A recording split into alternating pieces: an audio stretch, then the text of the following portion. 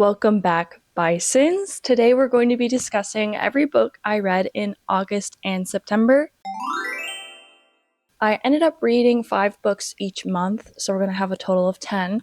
Nice even number. Yup. Okay. I mostly read my comfort genre this month. I think that's just because I've been having a tough go of it this reading year, and I feel like I've had a lot of duds. And I'm craving just kind of like my junk food kind of books, like the books that aren't necessarily good for the mind, but are good for the soul, if that makes any sense. The first book I read in August was Problematic Summer Romance by Ali Hazelwood. This is an age gap contemporary romance. So the plot of this book is it's the second book to the Not in Love series. So in Not in Love, we followed Rue and Eli, and now in the second book, Rue and Eli are going to be getting married in Italy, and they kind of have this like weeks long itinerary planned for everyone. And instead of following Rue and Eli, we are following Maya and Connor, which Maya is Eli's little sister and Connor is Eli's best friend. So in the first book, Not in Love, there was a few jokes being made about Maya having a crush on Connor, so we already kind of knew that something was brewing between the two of these, but it seemed more like a joke and not quite as serious. But the issue is right where we start the book is right at the beginning of this Italian adventure, and Maya is seeing Connor for the first time since they had a falling out 10 months ago. So we're meeting them when they're at their rawest, I guess, when they really don't want to see each other. And this is an age gap because Maya currently is 23 and Connor is 38. So there's a 15-year age difference. And throughout the book, we learn about their relationship through flashbacks to their time prior while Maya was in grad school, and while just how like Connor and Maya came to be a thing in the first place. And then we also switch back to the present day of how is Connor handling him basically being like, yeah, Maya, we're never going to work out,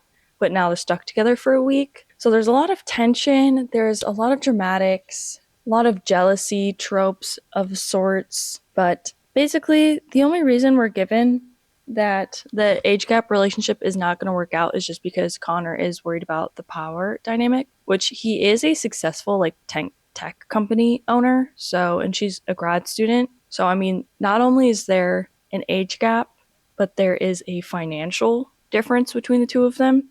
But then again, Maya's older brother is Eli, and he also works at the same tech company. So, I guess she still has access to that money, but personally, this was my first time ever reading an age gap relationship like trope. I'm not particularly a fan of the trope. I've never sought it out. The only reason I read it this time was because Ali Hazelwood is one of my favorite authors. I wasn't even a fan of Not in Love. I didn't really like Eli that much.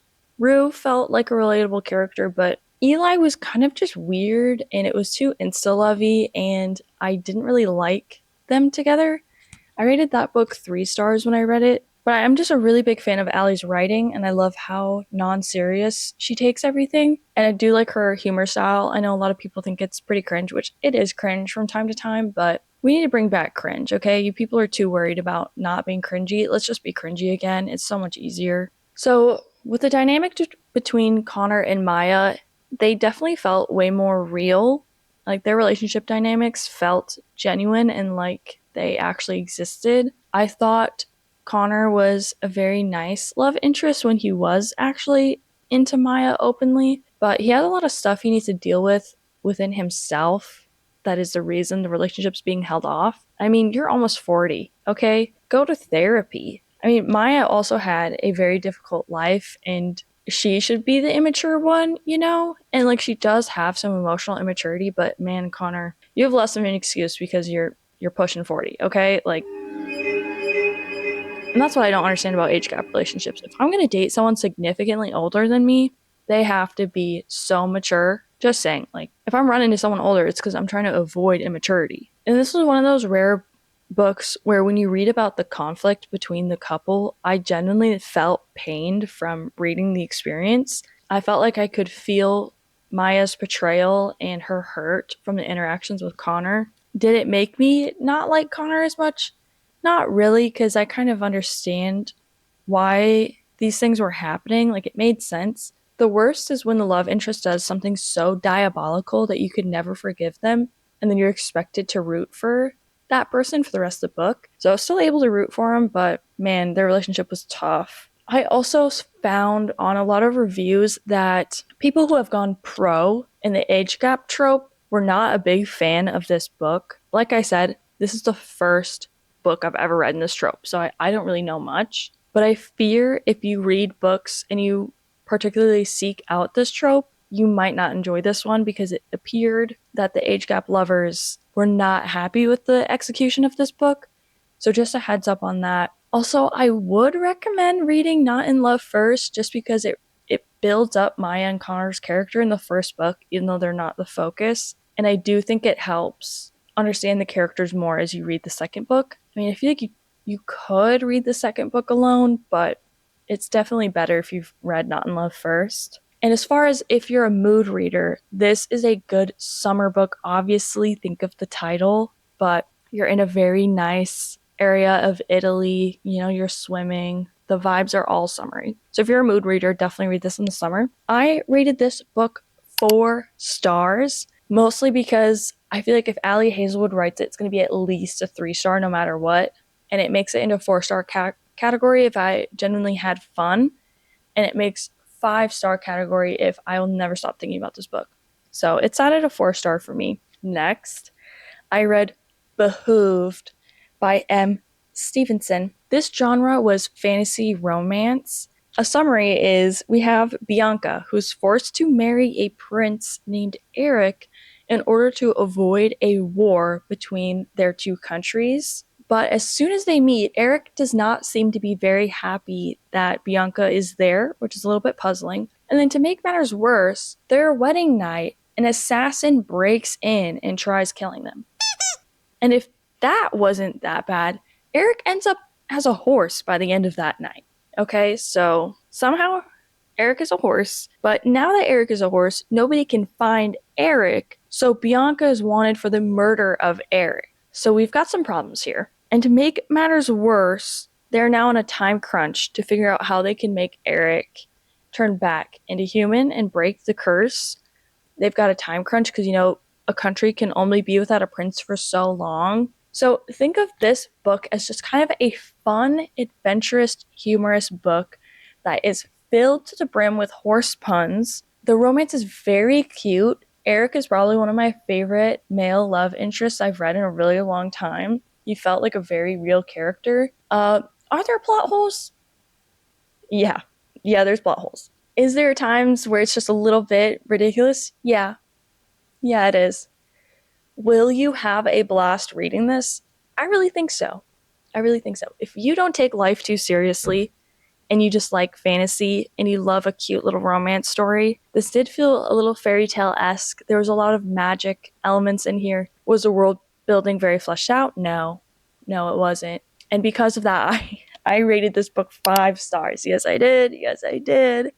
I feel like I'm going to get hate for that, but if you want to see my full reaction of this, I have an entire video dedicated to my read-along of Behooved, which, by the way, this was like my most proudest video. I'm so proud of this video. Do other people think that I did a really good job in this video? Maybe not, but I really liked making the Behooved video. So if you want to know more about my thoughts, I'll link that video in the description for you. Next up, we have Slaying the Vampire Conqueror by Carissa Broadbent. This is a part of the Crowns of Nixia. I don't know if I'm saying that right. That universe, so the same one as The Serpent of Wings and Night. We're still in that world. And this is book 2.5 of that series.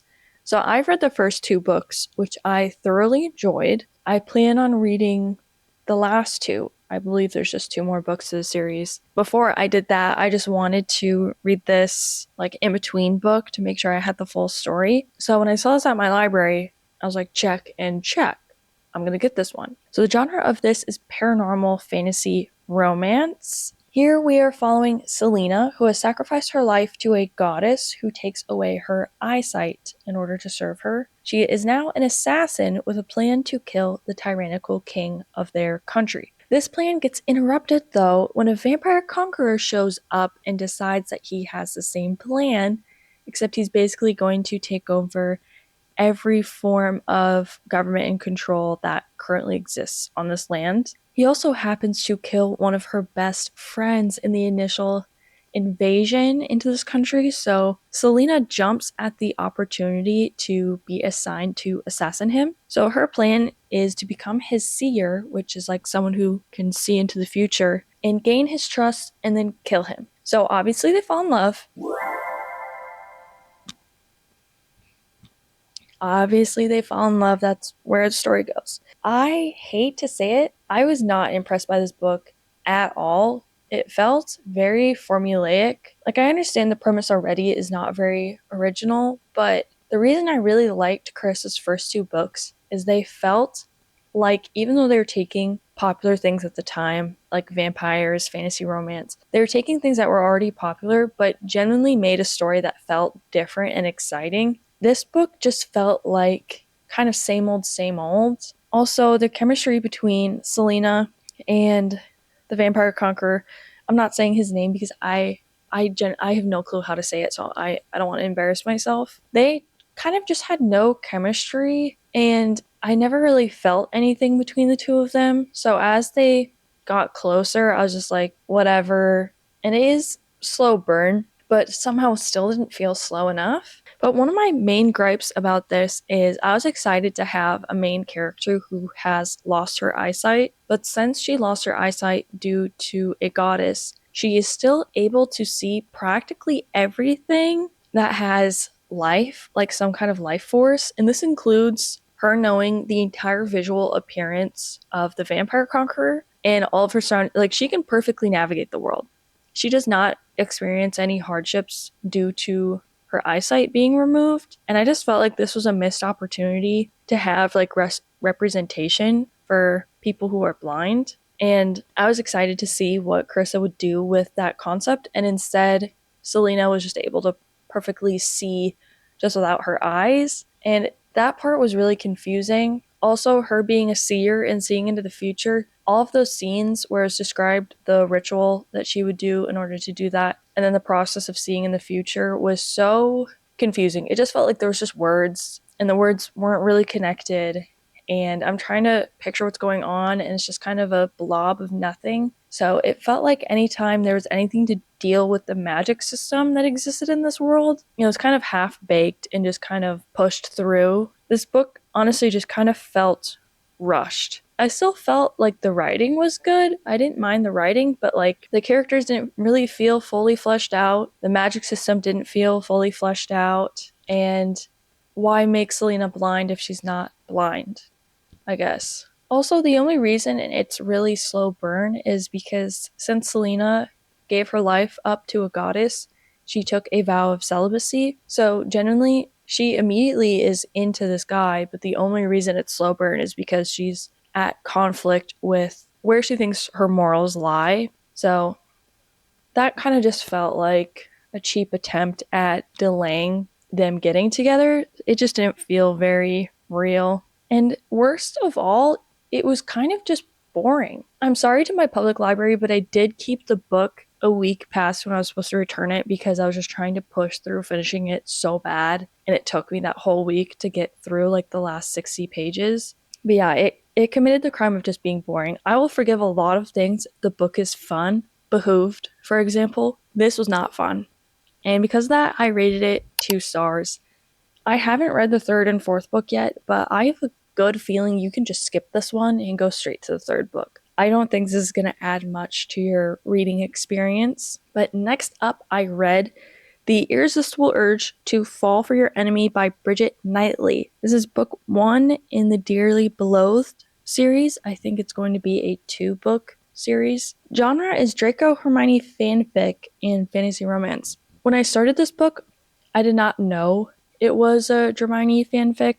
I only figured that out after I finished it and read the reviews, which I'm a little disappointed by because I'm trying to avoid fan fictions in the Harry Potter universe because I've been told that that still has a way of supporting J.K. Rowling because it still brings up Harry Potter and gets people thinking about it and will lead to people purchasing content in that realm. And if J.K. Rowling lets something exist in her universe, it usually means she's still profiting off of it. So If you also don't support J.K. Rowling, I would suggest not reading this book. And I'm not going to continue the series because of that, but just a heads up. I did not know that going in, but I know it now, so I'm not going to continue this series. But the summary is we have Osric, who is dying of this disease that basically has no cure. So he recruits the help from the healer Orien. The only issue here is that he is an assassin and does things mostly for evil. And she is a scientist who spends most of her time trying to solve, like, she's a scientist who's trying to solve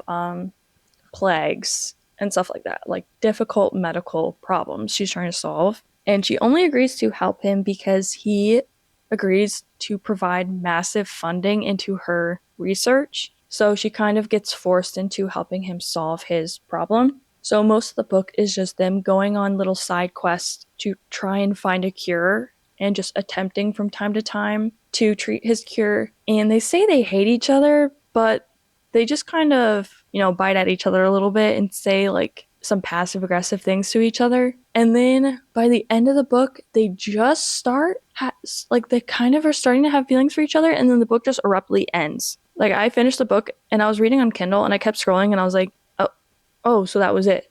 That was it. Okay. There's no kind of conclusion of any kind at the end of the first book. So initially I was like, okay, I'm ready to read book 2 whenever that comes out.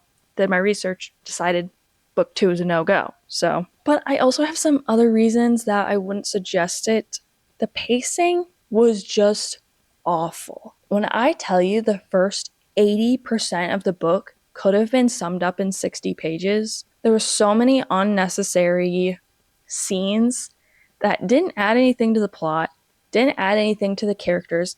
It felt like it was there to make the reader laugh a little bit and find it humorous, except I didn't find the humor style of this book very funny. It did start to grow on me towards the last 80% of the book. I think I finally got used to the style, but there were so many inappropriate sexual jokes that it kind of pulled me out of the story, and I'd be like, oh, that was weird.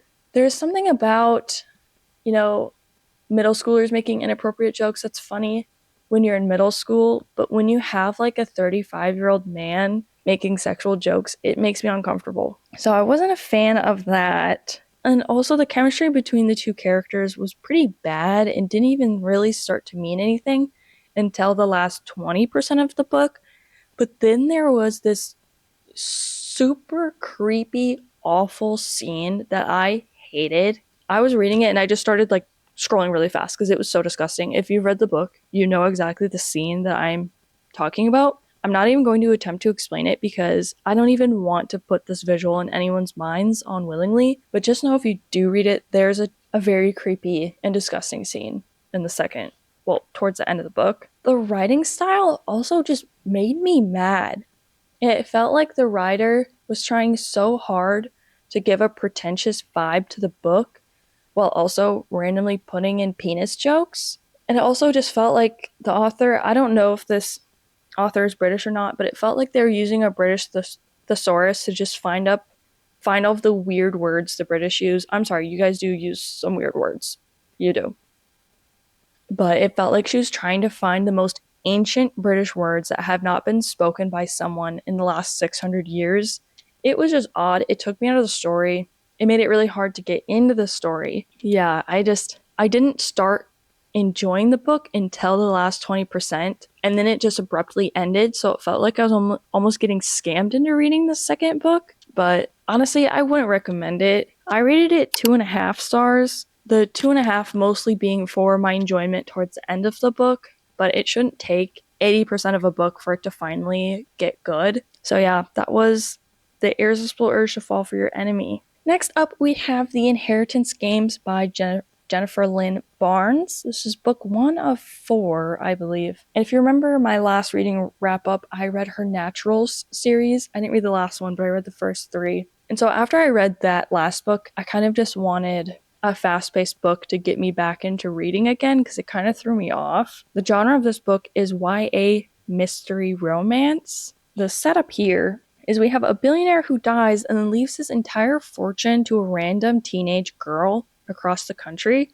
Like, I'm pretty sure she's living in the East Coast and his estate is in Texas. And in order to receive this money, Avery must live in the Hawthorne house, which is this guy's house, with the rest of the Hawthorne family who didn't receive their inheritance for an entire year. If she doesn't make this year, the entire fortune will then be donated to charity. So I guess the hard part is, how can you handle living with a bunch of people who hate your guts because you took their money? And this ends up being a little bit more of a challenge as people do take attempts on her life. I feel like that's not a spoiler because it seems kind of obvious that that would happen. But then, if that wasn't spicy enough, we have the 4 Hawthorne brothers. These 4 all have the same mom, but they all 4 have different dads, so they're all half siblings. First, we have Nash, who's the oldest. For some reason, he's the only one with a southern accent. He also made me very uncomfortable, and he was also very obsessed with our main character, Avery's older sister. But then also, he was exes with Avery's new lawyer, and it just made this really weird dynamic. And I don't know. I feel like I'm supposed to like Nash, but I really didn't. And then I think Grayson is the next oldest. I can't remember if it's Grayson or Jameson. Grayson is like the dark, brooding, mysterious guy who's really emotional but really responsible. I thought he was kind of boring, but he is at least a philanthropist and is heavily involved in the charity work that his grandpa was involved in. So that is a plus. And then we have Jameson, who is always shirtless and always drunk, although I think he's 17, and he treats Avery genuinely like she's a game to solve because he is obsessed with wanting to figure out why she received the fortune, which is, everyone's kind of curious, but Jameson sees it as like a game. So he almost dehumanizes Avery quite a bit in the book. So not a fan of that. And then we have Alexander, who's the youngest, which his only trait is that he goes to school sometimes. But he's pretty unproblematic, and he's nice, and he kind of just exists in the background and explodes stuff sometimes. So I think he's my favorite brother. But the whole plot of the book is Avery working with the brothers to find out why their grandpa gave her his fortune. There's like a partial reveal at the end, but this is book 1. So there's like a partial reveal as to why, but also another mystery. And it was just so unsatisfying. So I understand like it's challenging for her to stay in the house because people don't want her there, but shouldn't it be she has to solve the mystery of why he gave her the money to receive the money, and not just, so you receive the money so you just need to be there for a year? If I was her, I would not try and solve it at all. I don't care. I get the money no matter what. Why would I sit here and work with people who hate me to like try and find out why I was left this fortune? Don't bite the hand that feeds you, right? Is that what it is? And so there's also a subplot of her having a romance with both Grayson and Jameson. I hate when there are Vampire Diaries type love triangles where the 2 love interests are siblings. It just feels so wrong, and I hate it. And I don't care how close they are in age. It's weird. It's weird for you to develop a crush on the same person your sibling has a crush on. So that grosses me out. The book itself was so dramatic, and the writing style was so repetitive. Like the same sentence would be written 15 times in the same chapter, and the chapters are only like 5 pages. Avery would think a thought in her head, and then 2 sentences later say that exact thought out loud. No rephrasing, no adding, just what she thought is exactly what she said.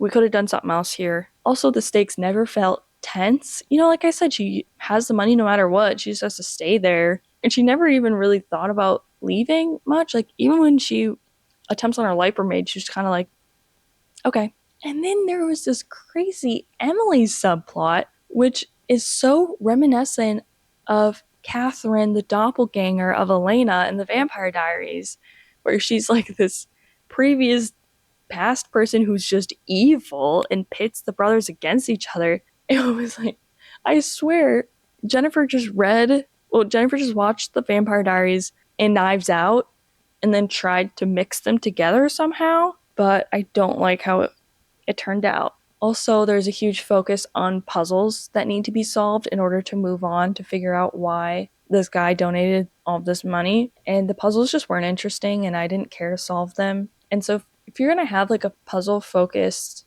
story, I want to be gripped by the puzzles. I want to be fascinated once people start putting the pieces together, this kind of fell flat. But then again, there is something about how Jennifer writes books that are so fast paced that if you are in a reading slump, even if you think the book is stupid, you'll probably still finish the book. And you'll read the book in like 2 days. There's just something about it that really keeps you gripped.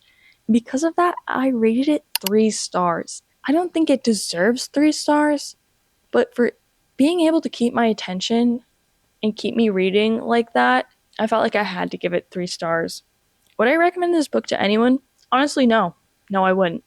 I don't think I would. Because like it's not even a good representation of the things it's copying. So I wouldn't even say like, oh, if you like the Vampire Diaries, if you like Knives Out. No, if you like those two things, definitely don't read this book. I think I prefer the naturals over this just because the true crime element was honestly done a little bit better than the puzzles in this one. But yeah, that was book 1 of the Inheritance Games. Next up, we have A Deadly Education by Naomi Novik, which is part of the Skullmance series. I think that's how you say it. This is YA dark academia fantasy. So the concept here is there is this wizard school that exists in this void that is there to offer protection to 14 to 18-year-olds so that they can go to school and learn how to become wizards, have a higher chance of surviving adolescence than those who are not in the school. The thing is not everyone gets into the school, and it's very confusing as to who gets admitted into the school. And also, the school is trying to kill you as well. But they describe it as like, oh, you have like a 1 in 25 chance in the world, but you have a 1 in 10 chance in the school. So wouldn't you take the higher chance? That was the one thing I kind of had just a hard time getting my head wrapped around, is why this world is so deadly. But anyways, we're following the character Elle, whose parents themselves went to this same school, and her father died on graduation day, which is the most dangerous day probably for the students because they need to escape the school while all of these malls, which are like these evil things, are trying to kill you. And her father sacrificed himself in order to get her mom, who was pregnant with her at the time, out of the school so she could survive. So she's back at the school now, and she has the potential to become a very evil sorceress who could bring upon immense destruction. And she knows this because her own great-grandmother predicted it to be so, and she like has the ability to see in the future. She also knows this because she can't do anything on a small scale. Like if she wanted to clean her room, she would just explode her room so it didn't exist anymore. Like she just can't do small spells. She can only do big spells. So that's kind of her issue. And there's also the moral dilemma of where you get your magic from. There's mana, which you earn as an energy source through like working out, solving hard problems, crocheting. Like you have to put energy into something in order to earn mana, and then you can store that mana and then pull from it when you need to use it. But then there's also Malia, which you get from taking life from living things. And if you use Malia, you slowly descend into madness, basically. So that's kind of the moral conflict throughout the series, is how do you power your magic? And Elle is a loner in the school. She was not able to make many friends. And she's been having a lot of issues with this other person in the school named Orion. He is part of this rich group of kids that are in the school from New York, and he's constantly saving everyone's lives by killing the malls that are trying to attack people. And this upsets her because she's like, he's getting rid of natural selection, basically. Like, if there's one person protecting everybody from the malls, they're not getting stronger. You know, the weak ones aren't getting weeded out. Crazy thing to think. Crazy thing.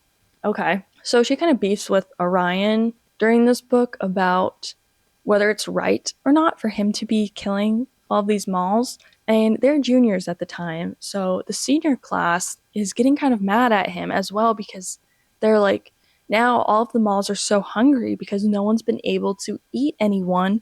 So our graduation is going to be terrible because there's going to be so many hungry malls that are waiting for us to graduate, and they're going to tear us to shreds, and no one's going to survive senior year. So the main conflict is how do we make it so that the seniors can graduate? You know, will one person be able to successfully graduate? Now, I think based off of the reviews I was reading, I think you would not like this book if you were well liked in school and had friends. Because most of the people who didn't like the book didn't like the main character, Elle. And I think that's just because I feel like she's a really good representation of what it's like to not be accepted in your youth by your peers. And her feelings towards other people feels very valid if you've had that experience.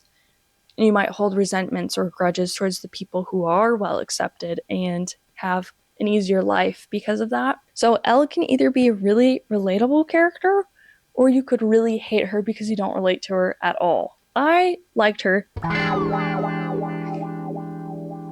Whatever that says about me. And I enjoyed her dynamic with Orion because he was kind of just like this himbo of ways. He's not really good at school. He's just really good at killing malls and he really loves doing it. So he's not thinking up here. You know, he's just doing, and Elle is all brains. So I liked their dynamic together. And Elle also never hesitates to tell Orion how stupid his ideas are, which I really appreciate because I just love when people are honest, you know, outright honest. I do enjoy that. And then it was cute seeing her slowly warm up to her classmates and start to find where she fits in the school. Yes, it's her junior year, but she's starting to finally find people that she can talk to and be with, which was very cute to witness, and I enjoyed that dynamic. The one thing I will say that I definitely agree with people is the tough part with this book is the info dumping. So anytime there'll be an event that happens, and you'll immediately go into Elle's mind and she'll start explaining to you the significance of that event. And she'll go in great detail about why that event was significant, what it means, why it happened, and it will pull you out of the story for sure. It is a very, what do they call it? Like inner monologue, stream of consciousness, and it happens a ton in the first book, which I didn't like it at first, but I did warm up to. It wasn't so bad as I continued. But I definitely see if you hate that kind of info dumping, I can see why you wouldn't enjoy the book. And then I also really didn't understand the malls because the malls exist because evil sorcerers basically created the malls to serve them. But from what it sounds like from the info dumping, is that the malls never actually do what the evil sorcerers want them to do. And they end up dying from them anyways. So I'm like, why are people continuously making these things if they never do what they want them to do? It's like, how do we have this terrifying group of malls that want to eat kids because there was a few, I don't know, just the origin of the malls really complexes me and it really bothered me because in my opinion it doesn't make any sense. But other than that, I did enjoy it. I've never read Harry Potter, but people do say this is basically just Harry Potter. I wouldn't know. I haven't read the series, but on its own, I did enjoy it. I rated it 4 stars because the plot was compelling. The stakes felt high all of the time, and I did like the characters. So I gave 4 stars. Next up, we have The Last Graduate by Naomi Novak. This is book 2 in the Scholomance series. So now it's senior year for Elle, and she needs to prepare for graduation. So a bulk of the book is just how her and her friend group are going to prepare for graduation. And then as things develop, they decide to develop a plan to save everyone in the school. And so that's kind of the setup. I feel like I can't explain much of the summary without giving away too much of the first book. So, and I also can't really say a main conflict in this book because it's a cliffhanger that gets spoiled at the end of the first book as well. So basically that's just the setup. It's senior year. They want to graduate. They want to survive graduation. So they take the time to prepare for graduation. This book felt like it dragged a little bit. I wasn't a big fan of the pacing. There was some pretty bulky parts that were kind of clunky and took me out of the story. And this happened even though the book covers the entire senior year somehow. So it was such a long span of time in just one book, but yet the focus on some parts just felt like it was far too long. Orion in this book was very annoying for multiple reasons. He gets a lot of his energy and satisfaction in life through killing malls, and he's not able to kill as many in this book, and so he becomes like very sad and is really disengaged from the current events that are going on. And so his interactions with Al are more infuriating than they were in book one. I still liked him as a character, but he was just so different from the first book that it was a little annoying to read. And then, for those of you who know, the ending is so stupid to this book. It's another cliffhanger, so I'll prepare to have a cliffhanger at the end of every book. I had a feeling that that was what was going to happen, just based off of me already knowing ahead of time that it was going to have an annoying ending. And also, there are so many plot points in the book that felt really pointless. Like, there's a lot of build up to a lot of different things, and it makes you feel like all of these elements are going to be important for the end of the book, and then they aren't. But I've been told by someone who's read the whole series that they do become important in the third book, but I haven't read that one yet, so I don't know if it's how true that is. But it felt like I did a lot of work for nothing, which was frustrating. And then another thing that was a little bit frustrating is we did so much world building in the first book through info dumping that I was ready to finally understand the world in the second book. But then the second book is nothing as it seemed in the first book. So we get back to info dumping again, and it's like, okay, this was more forgivable in the first book. I'm less enjoying all this info dumping in the second book. And I just feel like we never experienced a normal Skullomance school, because the first book, things were different because of Orion, and the second book, things are different because of the actions of Ryan in the first book, which makes sense, but it just felt like, okay, we're constantly told about what's normal for the school, but we never experience it because we're always in special circumstances. Other than that, I still really liked the characters, and I liked following the development of the different characters. And we got to know some more people in the school, which was nice.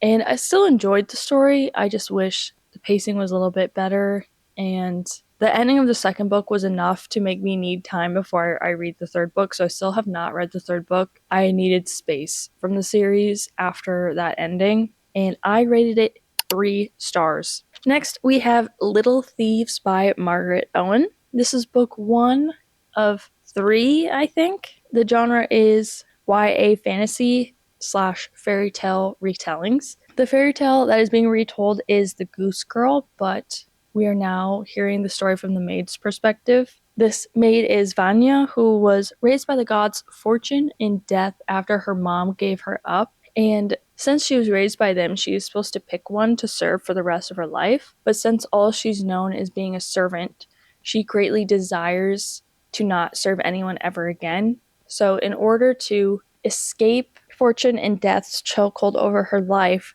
she steals the princess's identity, who she has been a maid to, and moves to the princess's fiance's house, who is currently off to war.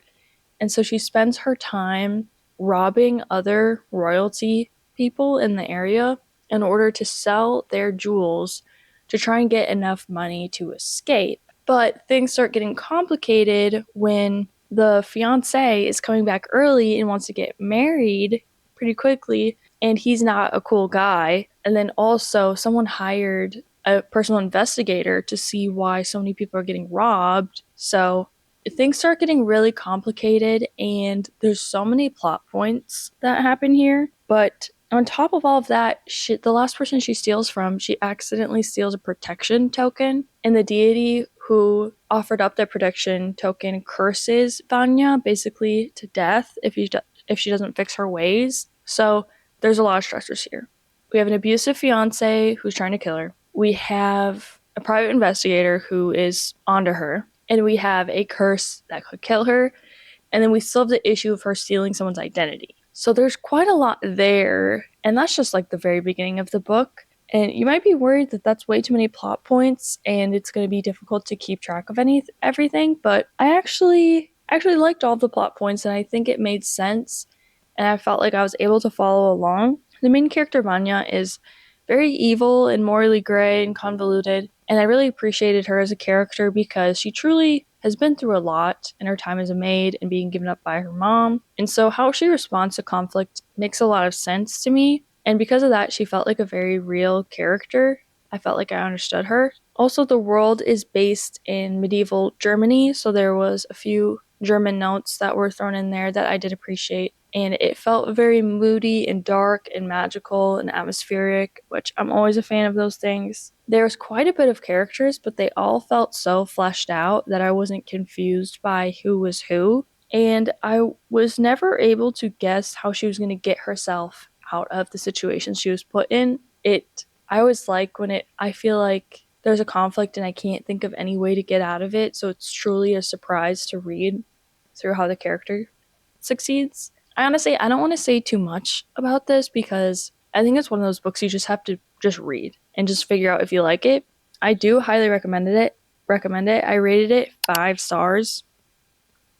Yeah, 5-star book. It was just a lot of fun, and I'm excited to read the rest of the series. I'm so glad it's not just one book. I haven't looked into the next books yet, but I'm looking forward to reading those. So yeah, that was Little Thieves. Next we have Better Than the Movies by Lynn Painter. This is book 1.